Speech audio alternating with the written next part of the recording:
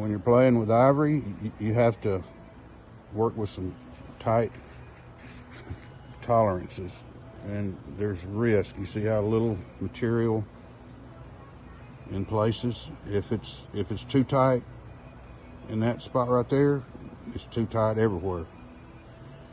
So that's why some of these knives are riskier than others.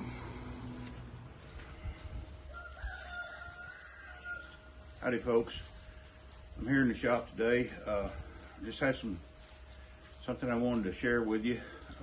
I'm going to show you a few slides and some short video clips of a project that I completed a few months back. It was called the Unnamed Society. Unnamed Society. And what I want to talk to you about is about limiting factors. Limiting factors that you either impose upon yourself, or factors that limit you that come from someone else. And in this case, with the Unnamed Society knife, these limiting factors were in the form of a drawing. And the drawing was nothing more than a profile.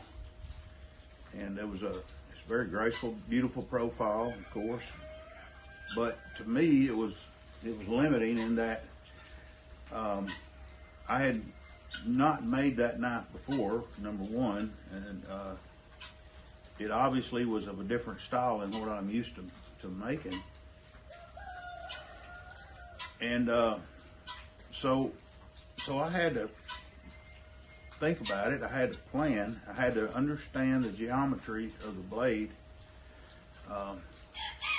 and the geometry of the handle, and how it all comes together, and how all these facets and curves all interplayed with one another.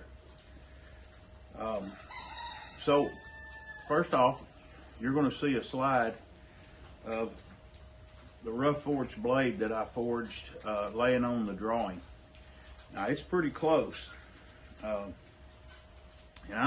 I'm using my wife's device here because I want to be able to follow along the same as you. And let's see here. So to start with, we see the profile of the knife, the drawing, and we see the blade. Now that blade was different than anything I ever forged before. And the parts, as they come up, they're different.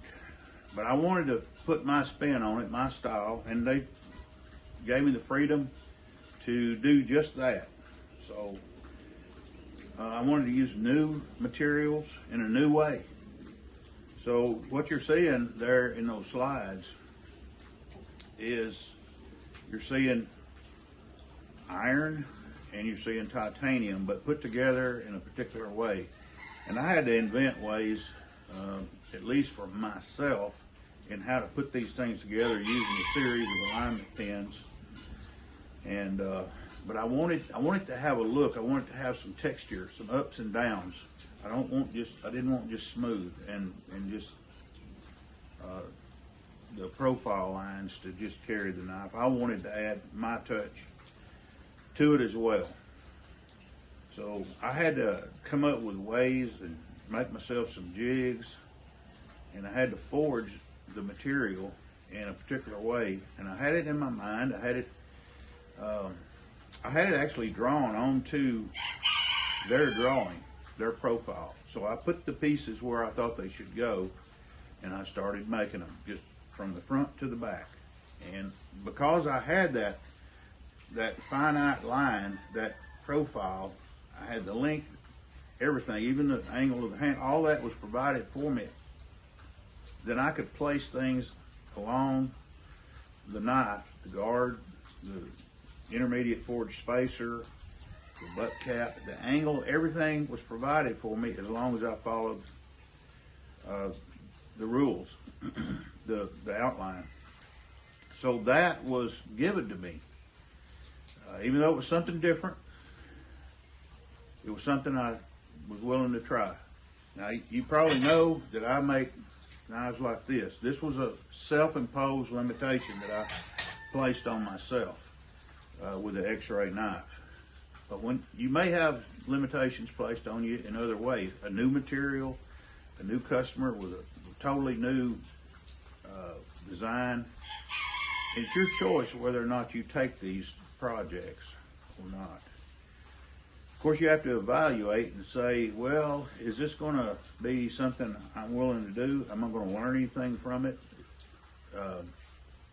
Is it something I want to learn? I decided some time back that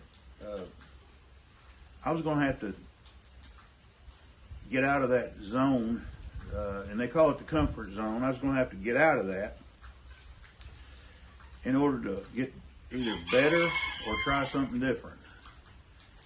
So I was willing to do it. And so that's what you're seeing, is an example of me getting out of my comfort zone and trying something different. So thank you all for watching. Please like and subscribe, and we'll see you on the next one.